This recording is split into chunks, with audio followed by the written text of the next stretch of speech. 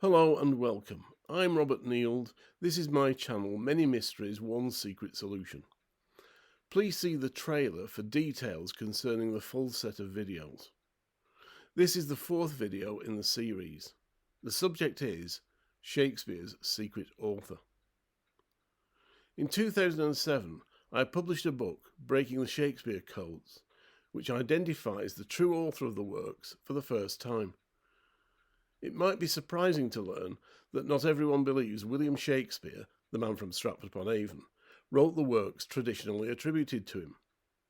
Since at least the early 19th century, a number of alternative authors have been proposed, including Sir Francis Bacon, Christopher Marlowe, and Edward de Vere, the Earl of Oxford, to name just three. In this video, I present a surprising but logical answer to the questions: who was the secret author of Shakespeare, and what kept the secret secure?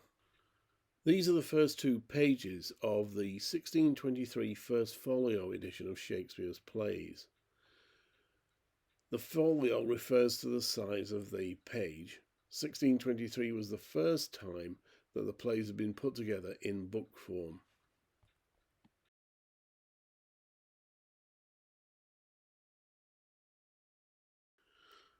Shakespeare's secret author, Mr. W.H. Why doubt the traditional authorship? There is no contemporary documentary evidence for William Shakespeare's authorship of anything except a few barely legible signatures. A professional writer, yet not a single letter by the Stratford man exists. There are no complete manuscripts nor any fragments of manuscripts in the hand of the alleged author, and yet more than 1 million words by Shakespeare appear in print. When Shakespeare of Stratford was called as a witness to a lawsuit in London, the Belloc-Mountjoy case in 1612, he was asked for his age, but was unsure. He could not remember crucial details of the case, in which he played a key part, and proved a hopeless witness. Yet it seems he had no difficulty remembering a vocabulary of 30,000 words. There were no dictionaries at the time. John Hemming and Henry Condell, editors of the 1623 First Folio, state that they scarcely received a blot in the author's papers. His hand and mind went together, they say. Yet it seems that Shakespeare could barely scrawl his name without making a mistake, as the signature on the 1612 deposition shows. By the way, this is why I'm referring to the man from Stratford as Shakespeare and not Shakespeare, because that's how he seems to spell his name in his own hand. Shakespeare, a silent shadow of a man. William Shakespeare is supposed to have worked in the London theatre world for about 20 years, circa 1590 to 1610. Yet during that time, nobody refers to him as a writer, an actor, or anything else. London was the hub for dramatists, poets, writers, and actors, a hive of gossipy, illiterate people, many of them rivals, yet none openly refer to the greatest writer of the age living and working in their midst. There is just one tiny hint from the period, an oblique reference to Shake-speare in Robert Greene's Groatsworth of Wit of 1592, which alludes to the author of Henry VI, a Shakespeare play, as a plagiarist and an upstart crow. It turns out that upstart crow is a set of ciphers. When the man from Stratford died in April 1616, not one colleague wrote a eulogy to mark his passing. A very strange omission, since even obscure writers and poets received eulogies when they died, and Shakespeare was certainly a well-known name.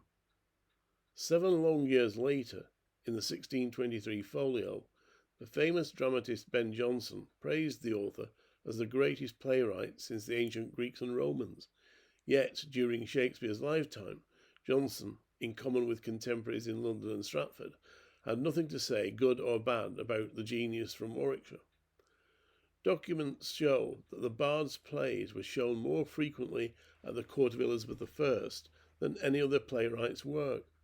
Yet nobody at court, including highly educated, literate individuals, ever mentioned the great dramatist. That Queen Elizabeth's favourite dramatist was the upstart Shakespeare should have aroused comment of some sort from fellow dramatists, but it didn't. One wonders why Elizabeth happened to pick him as her favourite playwright. The silence enshrouding the author continued for decades, long after the playwright's death. During the 17th century, the good people of Stratford never once drew attention to the most famous son of their town. The silence of so many potential voices in London, Stratford and elsewhere is very odd, as it suggests a conspiracy of silence everywhere. But if so, why? What was so important about a poet-dramatist from the sticks that warranted the uncanny silence? The crucial question is, if Shakespeare was a hoax, what kept the secret permanently secure? Many contemporary documents show that Will Shakespeare was a Stratford merchant and that he owned shares in the Globe Theatre in London. Business associates at Stratford refer to him in their letters, although none identify him as a writer of any kind. By contrast with his non-literary rustic colleagues, it is remarkable that there are no extant letters from the Stratford man himself. For a prolific author, with more than 1 million words in print, Shakespeare was strangely silent through his entire life. It seems that he passed through the London theatre world unnoticed, an invisible man, a very strange genius, who seems to have made no significant impression on anyone that met him. Some of the specific problems with Shakespeare's traditional author include the following. Number 1, his last will and testament. It has been established that the signature on Shakespeare's will was written by a lawyer's clerk who worked in the Stratford area. In that sense, the signature is a fake, since it is not by the hand of the author himself. It is strange that by far the most important document in a writer's life, his last will and testament, was signed on his behalf. Why? Number 2, literary sources. The will makes no reference to books, valuable items in those days that would almost certainly be included with the inventory. There were no public libraries in Elizabethan England. The Stratford man did not attend university, and so he did not have access to college libraries. Nor is there any evidence that he worked in the library of a great house. The dramas are based on many varied sources, some obscure and some not published in English at the time. Where did Shakespeare find his sources? Number 3, the Shakespeare Monument in Holy Trinity Church. The monument, located on an outer wall, states that Shakespeare is within. However, there are 2 problems with the assertion. 1, the monument isn't large enough to hold a body, and 2, Shakespeare's remains are assumed to be in the grave located some distance away. During the 1630s, a drawing was made of the monument. Details in the sketch correspond with the present monument, except that in the 1630s edition, the figure of Shakespeare has a sack before him, a symbol denoting a merchant. However, the present version of the monument depicts Shakespeare with a parchment and quill, clearly representing a writer. It seems the monument was altered sometime after the 1630s, so as to fit the narrative, William Shakespeare, poet-dramatist. A highly suspicious after-the-fact modification, seriously undermining the monument's credibility as evidence for the Stratford man's authorship. This is a view of Holy Trinity Church, Stratford, seen from the east. This is a sketch made of the Shakespeare monument in the 1630s, and we note that the figure is resting his hands on a large sack that denoted a merchant. If we compare this image with the 1630s sketch, we can see that the original sketch contains the same details as this. The only real difference is the sack converted into a quill pen and parchment. The person drawing this image back in the 1630s could hardly have mistaken a quill pen and parchment for a sack, and yet got all the other details right. Number 4. The grave in Holy Trinity Church. The gravestone has no name. Doggerel verse inscribed on the grave curses anyone who disturbs the bones within. It is strange to find a curse inside a church, as curses are unchristian. A GPR scan of the grave, made in 2016 for a Channel 5 programme in the UK, strongly suggests the grave is a folly because its internal dimensions and structure make no sense as a grave. Less than 3 feet deep and only 4 feet long, the grave is split in two by a transverse wall. The scan showed that there was no coffin in the grave. The professor in charge of the project remarked that she had examined hundreds of graves in her career, but had never seen anything like Shakespeare's. The curse reads, "Good friend, for Jesus' sake forbear, to dig the dust enclosed here. Blessed be the man that spares these stones, and cursed be he that moves my bones." Although it might make sense to have a curse on a gravestone in a churchyard in those days, because what used to happen was when the graveyards got full, they used to dig up the old graves, take the bones out, put them in a charnel house, and put a new body in the old grave, as it were. And you can understand why they might have a curse on a gravestone for that reason, to stop that. However, graves inside churches were never opened up. Once you were buried inside a grave in a church, that was it. It would never be disturbed. So there was no need to have a curse on a grave inside a church. Number 5. The 1623 folio engraving. The famous image of Shakespeare, the engraving that appears in the 1623 folio, has come in for a lot of scrutiny and criticism over the years. The head is too big for the body and does not sit correctly on the shoulders. The tailoring of the doublet is incorrect, as pointed out by the Tailor and Cutter magazine in 1911. The left arm is wrong. The face betrays no sign of wit and appears mask-like. Overall, the image is poor, amateurish, when compared with the much more lifelike engravings of other writers of the period. The sitter is not wearing a laurel leaf crown, normally used to denote a writer or poet. We are told that the engraver's name is Martin Droshout. That is unusual, as engravers were simply craftsmen whose name did not appear with their work, as they were not considered sufficiently important to merit public recognition. Moreover, what self-respecting engraver would want his name associated with inferior work? So why did the publishers of the 1623 folio want us to know of Martin Droshout? It turns out that the name is a set of ciphers, and it contains a key anagram. It turns out that the Droshout engraving is a construct. It's not a real person at all. It's been derived from a set of anagrams of the real author's name. Number 6. To the reader. The very first text in the 1623 folio is a strange little verse entitled "To the Reader." It refers to the Droshout engraving, the figure, on the title page opposite, and reads, "This figure that thou here seest put, it was for gentle Shakespeare cut, wherein the graver had a strife with nature to outdo the life. Oh, could he but have drawn his wit as well in brass as he hath hit his face, the print would then surpass all that was ever in brass. But since he cannot, reader, look, not on his picture, but his book." By the way, we should note that Shakespeare was not gentle, so gentle Shakespeare doesn't mean he was sort of kind, and it means he was of gentle birth. And secondly, engravings were made in copper, not brass. Lines 5, 6 and 7 imply that the engraving is very good, contradicting what we can see.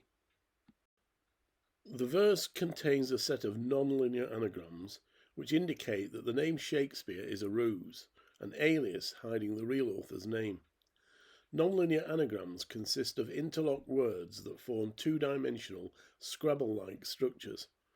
To save space, only the answers without the 2D structures are given here. First line of "To the Reader," this figure that thou here seest put rearranges as the following non-linear anagrams in alphabetic order. 1. Author hopes the future gets this test right. 2. Rough figure here is ruse. That's the poet's test. The engraving is rough. 3. The poet put this here as his test for future ages. 4. The true author put this figure here as his test. 5. 'Tis the true poet put this figure here as the test. 6. 'Tis the truth. Author put this figure here as his test. 7. 'Tis true.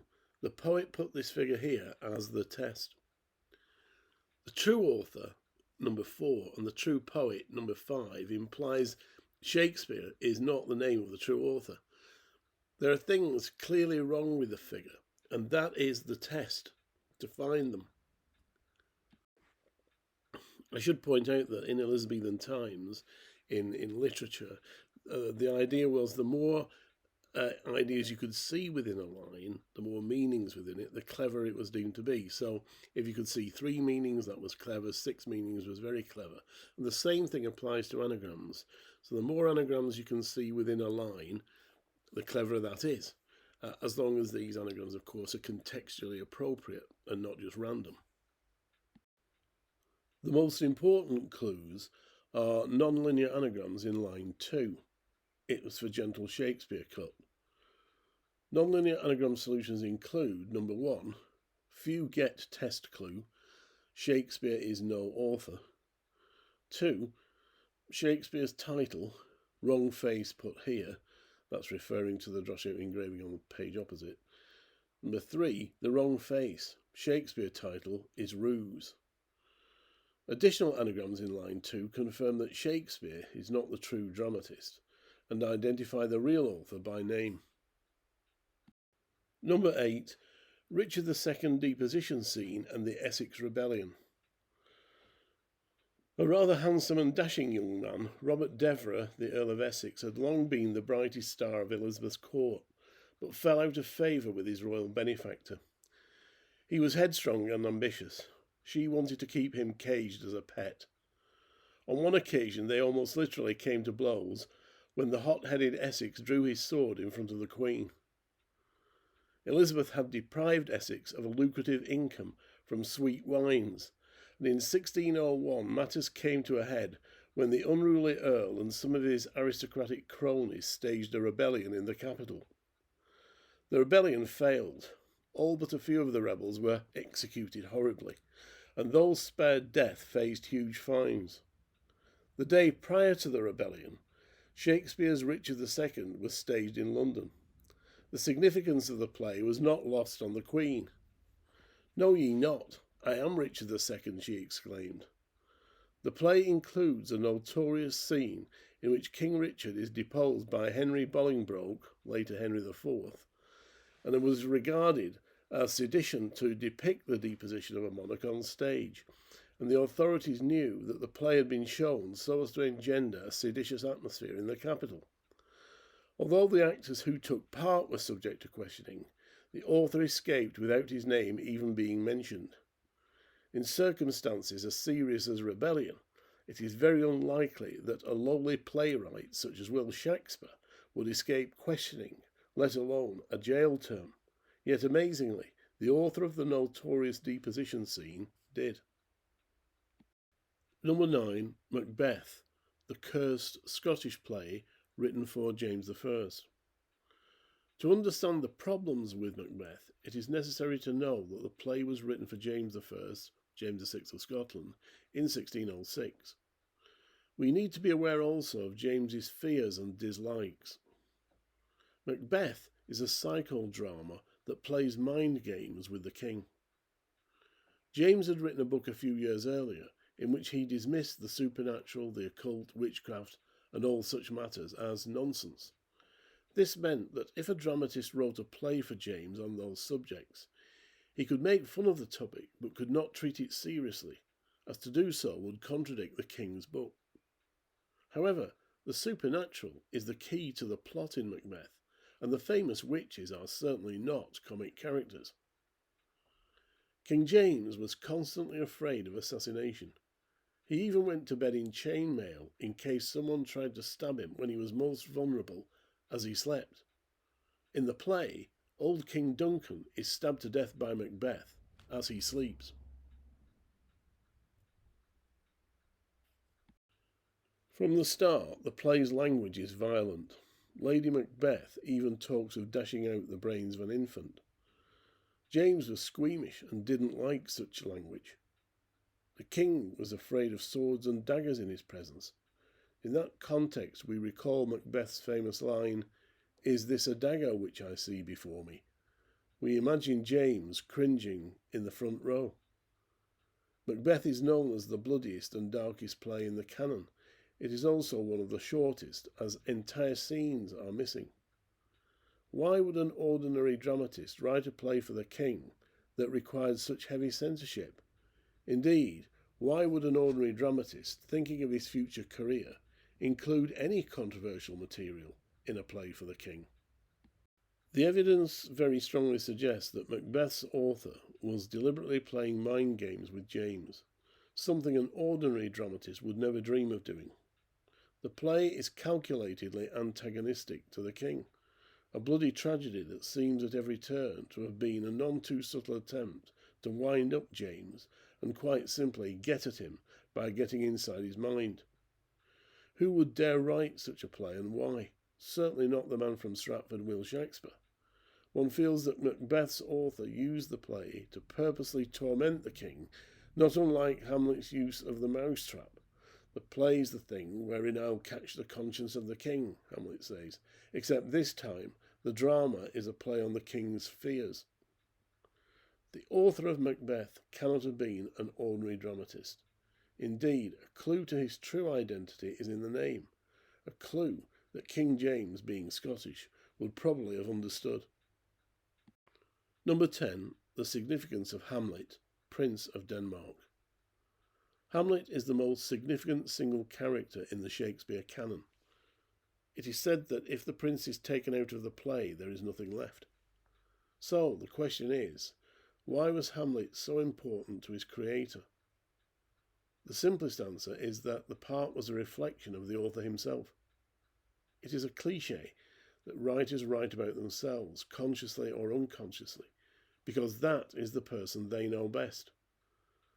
The author of Shakespeare was surely no different. But if so, the man reflected in the Prince of Denmark, a Royal University student, who instructs the players to speak the speech I pray you trippingly on the tongue, can hardly have been a reflection of Will Shakespeare, who would have spoken with a thick Warwickshire accent.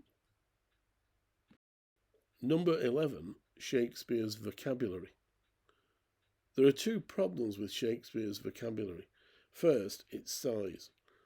At about 30,000 words, it is much larger than any other writer's vocabulary of the period, crucially, a time when there was no English dictionary. How and why did the author acquire such a large store of words? About 4 times the size of John Milton's vocabulary, the famous Cambridge-educated poet of the next generation. Second, dialect words used in Shakespeare are predominantly from Yorkshire, Lancashire and Cheshire, with a minority from Warwickshire. The only way to acquire dialect vocabulary in those days was to live with the people, yet Will Shakespeare grew up in Warwickshire and then lived mainly in London. The Stratford man had no known significant contact with people in the north of England.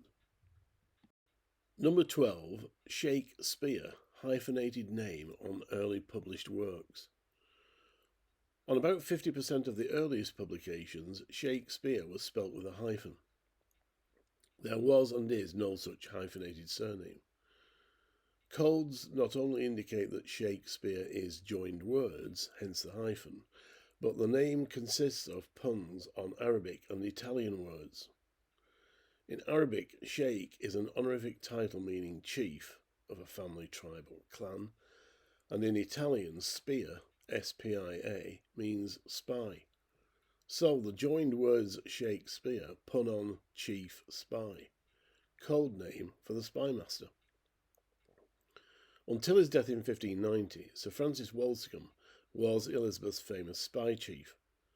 Applying a secret number letter substitution code to his name and to William Shakespeare, we find that they sum to the same value, 157, in that cipher. And so we have Francis Walsingham equals William Shakespeare equals 157. So it appears that William Shakespeare was originally a code name for the master spy, in use long before the name was associated with poems and plays. This is crucial because it means that Shake-speare hyphenated is a cipher, a signal that it is not a real surname and so cannot be the author's name. Number 13. The dedication to Shakespeare's sonnets. William Shakespeare's sonnets were published in 1609.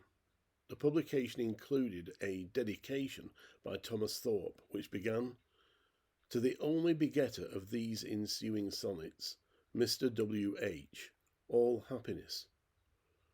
The 3 lines comprise an ordinary linear anagram, which names the begetter, the unseen poet, Mr. W.H. At that time and in that context, begetter referred to the poet, the father creator of the work. Poems were thought of as the children of the poet and his female muse. This means that Mr. W.H. was the author of Shakespeare's sonnets, consistent with the hyphenated Shakespeare being a cipher and not the poet's real surname. In other words, Shakespeare was the pen name of Mr. W.H. So the key question at the centre of the Shakespeare mystery is, who was Mr. W.H.? The remaining lines of the dedication contain 2 additional anagrams concerning the name and identity of Mr. W.H. The title page of Shakespeare's sonnets, we note the hyphen in the middle of the name. The dedication of Shakespeare's sonnets to a Mr. W.H., the only begetter. Number 14, The Mysterious Phaeton, 1591. John Florio, 1553 to 1625, was Professor of Italian at Oxford University and author of the first Italian-English dictionary. In 1591 he published Second Fruits, a book of poems which included a dedicatory verse entitled Phaeton to his friend Florio, subscribed Phaeton. The name was clearly an alias, so who was it hiding? In those days, people tended to assume false names that were connected with them in some special way. In classical mythology, Phaeton was the unacknowledged illegitimate son of the sun god, Helios Apollo. Taken together, Phaeton and Macbeth are major clues to the author's identity. Number 15, Italy, Venice and Sir Arundel Talbot. Almost half the Shakespeare plays are entirely or partly located in Italy. Why was the author from Stratford-upon-Avon so focused on Italy? The dramatist reveals his obscure knowledge of the country, notably in respect of Venice.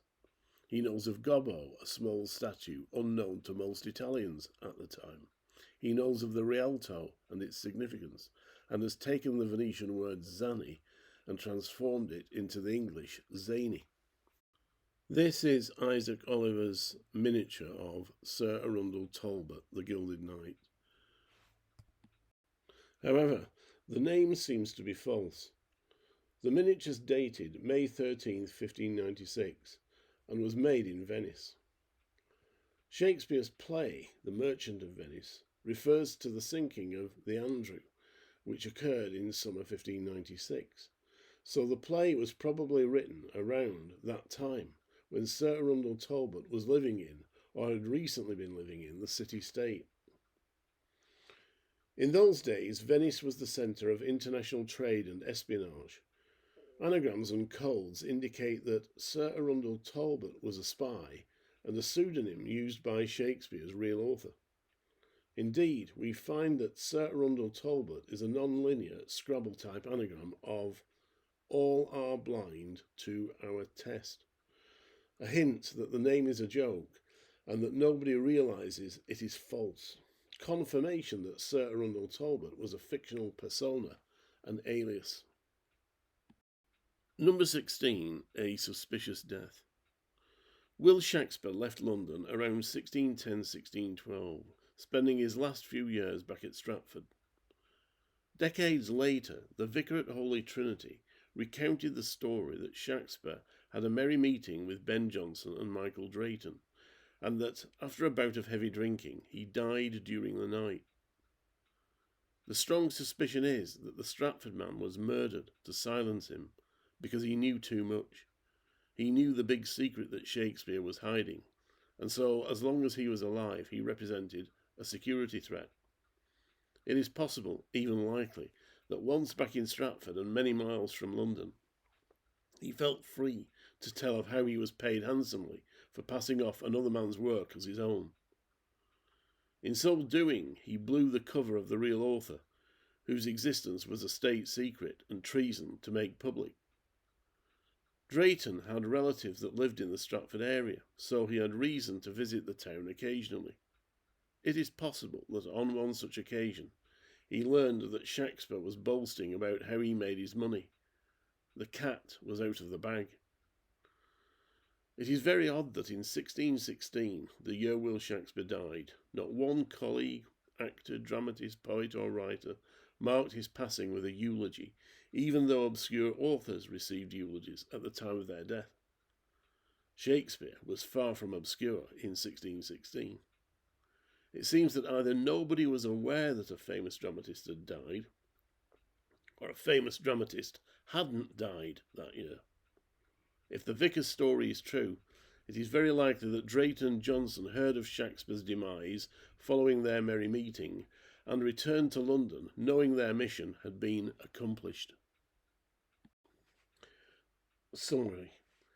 There are many reasons to question Shakespeare's authorship, including: Number 1, there are no contemporary documents or references that identify the man from Stratford-upon-Avon as the author of any literary works.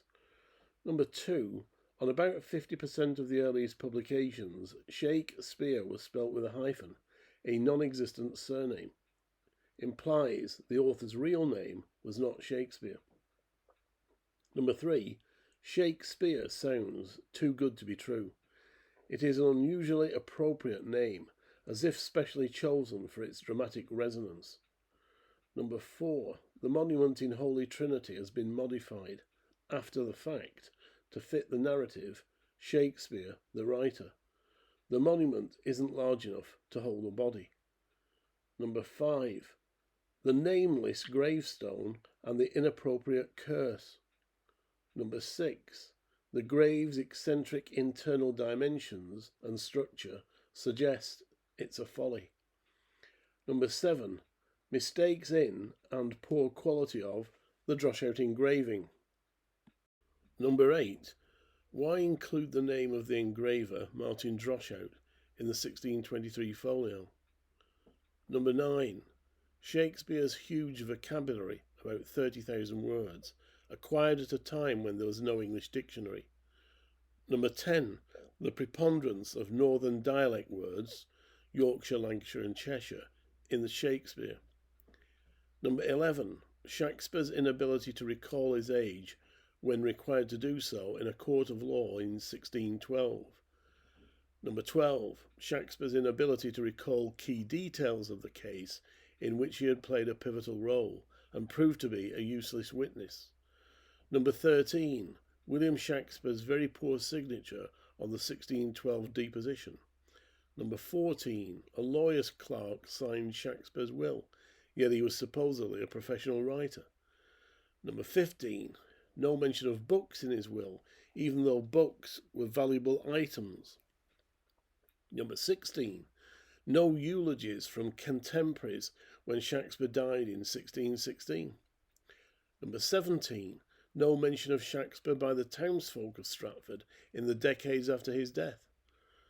Number 18, neither of Shakespeare's daughters could write. Number 19, Shakespeare's plays were shown more frequently at Elizabeth's court than any other dramatist.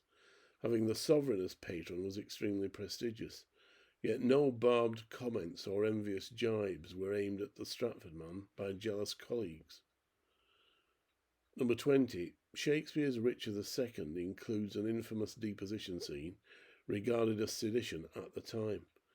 It was deliberately staged by the Earl of Essex to prepare London for rebellion. Yet, at the official inquiry into the staging of the notorious play, the author was not even named, let alone questioned. Number 21. Whoever wrote Macbeth cannot have been an ordinary playwright, as the play is deeply antagonistic to the king, a deliberate, calculated wind-up. A psychodrama, Macbeth plays mind games with James, getting at him by toying with his deepest fears.